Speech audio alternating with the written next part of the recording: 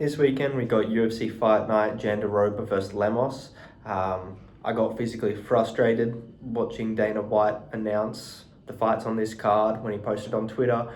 His whole, "What's up guys?" pissed me off. How can he be this excited for this weekend? Nobody else is. I believe he's trying to kill hardcore fans. This is not going to be fun. It's a strawweight main event, which is what we've all been asking for, really. And then the week after, we got another snooze fest of Bilal versus Edwards. So, yeah, going great for the UFC right now, really smashing out July. This was really hard to research for, this card. Not fun, lots of boring fights, and yeah, there's quite a few coin toss matchups in this event, so I guess we'll see how we go. But on to Choi versus Bill Algeo. I'm going to go with Algeo over Choi. He seems much crisper on the feet. He was doing well at keeping his distance, catching. He fought Brown and was catching him on the way in. Algeo's there to be hit when he's moving backwards, but he's good at catching that counter and he's got a good chin. I think compared to Choi, he's going to do much better on the feet. I watched Choi versus Durden. Choi fights with pressure, walking forward and exchanging in the pocket. He presses forward, but waits until his opponent fires before trying to land the counter. He's landing those pretty efficiently. He's really pressing opponents up against the cage and giving them no option except to shoot or fire back. He was very efficient with his low kicks and actually dropped Durden a couple times. Choi got caught moving backwards towards the end of the round though, got put out. So Choi's lost a few in a row. He has trouble closing the distance without getting hit, and Algeo's good at capitalizing on people moving in and taking their shots while firing back. He's got a good chin. Listen, Choi does well in the pocket exchanges, but I think Algeo's going to be able to keep it at his range. He is very tall for the division. I think Algeo will probably get this done by TKO or a unanimous decision. But yeah, that's my pick for that one. See how we go. Up next, it's Cody Durden versus Bruno Silva. Both lost to Ulanbekov. Both sort of got dominated on the ground by Ulanbekov. Durden got stung a couple times by Ulanbekov when rushing in. Silva had more success on the feet. He landed more leg kicks, landed better in the pocket against Ulanbekov, actually caught him a couple times. Still got dominated on the ground, other than a pretty sweet reversal that he got. He kept getting taken down up against the cage, just like Ulanbekov did to Durden. So Silva had much better luck on the feet against Ulanbekov than Durden did. However, it was fairly equal when it came to grappling. Ulanbekov still had the upper hand over Silva, stuffed one of Silva's takedowns and got one of his own again up against the cage the same way he took down Durden. The thing is, Silva didn't give up his back as much and survived much better on the ground. Pretty sure he actually got a reversal at one point. He got back up to his feet using the cage. I think Silva's grappling seems to be better, and it seems like his stand-up might be slightly better than Durden. I think Silva will be able to outstrike Durden at range. I think he'll chop that leg in while Durden's trying to work behind his jab. I don't think this is going to be a grappling heavy fight. If it is, it'll probably be some just clinching up against the cage. It's going to be a close fight, but I'm going to go with Silva and probably by decision. I don't see this fight getting finished. Possibly a split decision. I think it's a pretty close fight. On to Holobaugh versus Kruschwesky. So Holobaugh likes to push forward very aggressively and swing for the fence and then get taken down. He fought... Who did he fight? He fought Ogden, and Ogden just kept taking him down over and over again and sitting in half guard. Holobaugh would not get up. He basically just embarrassed Holobaugh by holding him down for 3 whole rounds. The only chance that Holobaugh really has in this fight against Kruschwesky is catching him in one of those quick, very short exchanges up against the fence. I don't think he's going to go toe-to-toe with him in the middle of the octagon, and I don't think he's going to out-grapple him. Kruschwesky he made his UFC debut against Brenner, and that was a pretty exciting fight, probably my favorite one to study for this video. Kruschwesky just didn't look good on the feet. He looked uncomfortable, was throwing jabs way out of range. Brenner was landing better when they were exchanging in the pocket. Kruschwesky does have good grappling. He just didn't really demonstrate it in this fight. Kruschwesky was stay and fire back whenever else would come in, but he just got chinned by Brenner with a big looping left, moving backwards. I think because Kruschwesky got caught with that big left moving backwards, it sort of gives Holobaugh hope that he can do that. I don't think he will, and I think Kruschwesky is going to show off his grappling in this fight. I think he will take down Kurt and probably submit him, or, well, I don't know how good his submissions are. He might just grind out a decision, but I think Kruschwesky is going to take a grappling-heavy approach. I think he's going to hold Holobaugh down, and I don't think Holobaugh's going to have a chance. So I think that's a pretty safe bet. But not betting advice, still not betting advice. Steve Garcia versus Choi.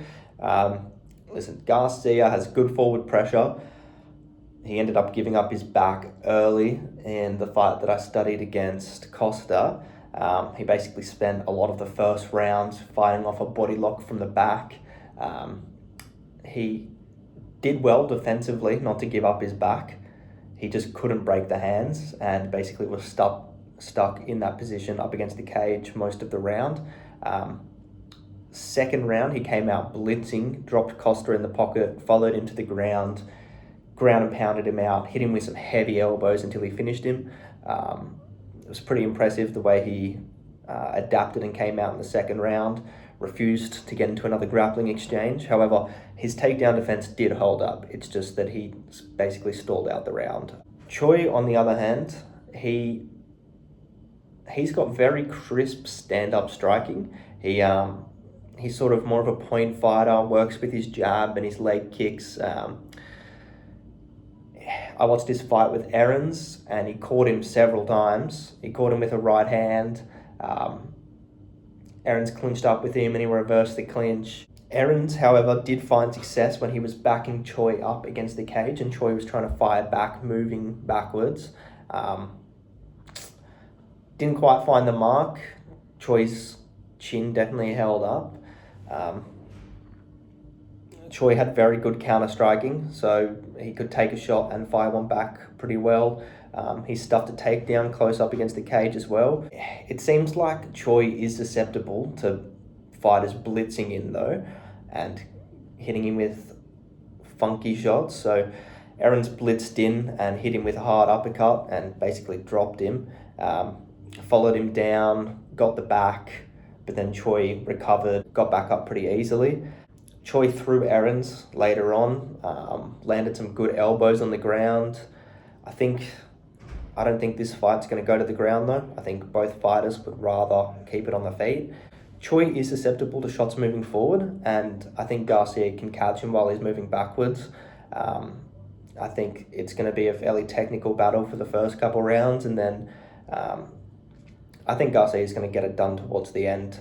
Probably in the late second round or third round. I think if Choi can avoid getting chinned, he will outpoint and win the decision, but I think Garcia can TKO Choi. I think it's going to be a good fight. This is probably the one I'm looking forward to most on the card, so I guess we'll see how we go, but fingers crossed Garcia gets it done. So Tavares versus Park. I think I'm going to have to go with Tavares. Even though both of them lost their last fights and Tavares lost by KO, I think Tavares lost to a better caliber of competition. And even though he lost by KO, he still put on a better fight and performed better than Park did against Muniz. Listen, Tavares held his own. He did get hit with some big shots, got his leg chewed up. He got taken down a couple times, but he also stuffed a few takedowns and landed on Rodriguez. And it was not too big of a skill gap. And Rodriguez just caught him and finished him in the third. I think Rodriguez is going to win on points anyway, but I think Tavares is a well-rounded fighter and we can't judge him too harshly based off of Rodriguez. The man's nicknamed Robocop. Can't judge him too hard. But Park, on the other hand, had a fucking atrocious showing against Muniz. Both of them were gassed the fuck out by the end of the second round. Park got taken down early, gave up his back, used the cage to get up, got taken down again, basically got held down for 4.5 minutes until he reversed, got into full guard and landed some weak ground and pound to close out the round. Muniz was just way faster than Park on the feet and more accurate. I remember Park throwing shots out of range and just missing 3-shot combinations. I remember him missing a straight and then throwing an uppercut after and just being way out of range and getting tagged. Muniz would keep getting the takedown and just getting to Park's back, getting that body triangle. And I remember in between round 2 and 3, Park sitting on his stool in his corner and just breathing heavier than I've ever heard any other UFC fighter breathe in that corner before. And it was the end of round 2. Listen, I know they were grappling a lot, but Park just sort of got dominated on the ground. Park got shot on again by Muniz, got down, got taken down, got his back taken again in round 3. He twisted out of it, landed some shots in his full guard, but Muniz just got back up so much quicker than Park ever did. And it's like, the fuck was Park doing this entire fight? How? I don't know how he didn't get back up. It's still, watching that fight to study was fucking hell. Made me rethink predicting these fight nights, especially these poorly put together ones, but I guess you can't pick and choose. Listen, I'm going with Tavares. He's a vet. He's beaten better competition. He's looked better even in his losses. Park, after last fight, I just can't put money on him. He looked atrocious. I think this fight's probably going to go to a decision. Again, 3-round fight, probably go to a decision. Tavares probably going to keep it on the feet. I hope he knocks out Park though, because I don't want Park in the UFC. And yeah, hopefully Tavares can get it done. All right, so WMMA main event. Amanda Lemos versus Jandiroba. I'm going to go with Lemos, but man, it's a fucking coin toss at this point. Watching both of them fight, it's so hard to even imagine how the fight's going to go, just because every single fight that each person has had is so different to their last fight. So I'm going to do MMA math on this one. Lemos has beat people that Jandiroba's lost to. She's beat Durden and she's beaten Rodriguez. Actually, Rodriguez lost to Jandiroba as well, but Jandiroba went to decision and Lemos finished Rodriguez. So, listen, Lemos is going to be better on the feet. She's a jiu-jitsu specialist, so I don't think she's going to get subbed by Jandiroba. I think that if Lemos can finish Jandiroba in the first couple rounds, which is another thing we need to mention, Jandiroba's never been finished, probably inside and outside of the octagon, let's be real, by looking at her. But I think if Jandiroba can survive the first few rounds, she might be able to out-grapple Lemos and edge out a decision, winning 3-4-5. But I think Lemos is going to stuff the takedowns in 1 and 2. I think she's going to keep it on the feet. Hopefully she's going to knock out Jandiroba. I don't think it's likely. I'm going to go with Lemos, just out of hopes that she finishes Jandiroba so we don't have to see her anymore. I think I need to mention that Lemos got beaten up for 5 rounds by Zhang Weili on the ground, held down and just ground and pounded for 5 rounds. So I don't think Jandiroba is going to do that. I don't think she's stronger than Weili or Lemos, to be fair. But we have seen that Lemos is susceptible to being held down for extended periods of time. I think Jandiroba could find a path to victory through that. So if you want to bet, I'd say Jandiroba by decision or Lemos by KO. Fucking coin toss, you pick. I'll see you later this week for another video. See you later.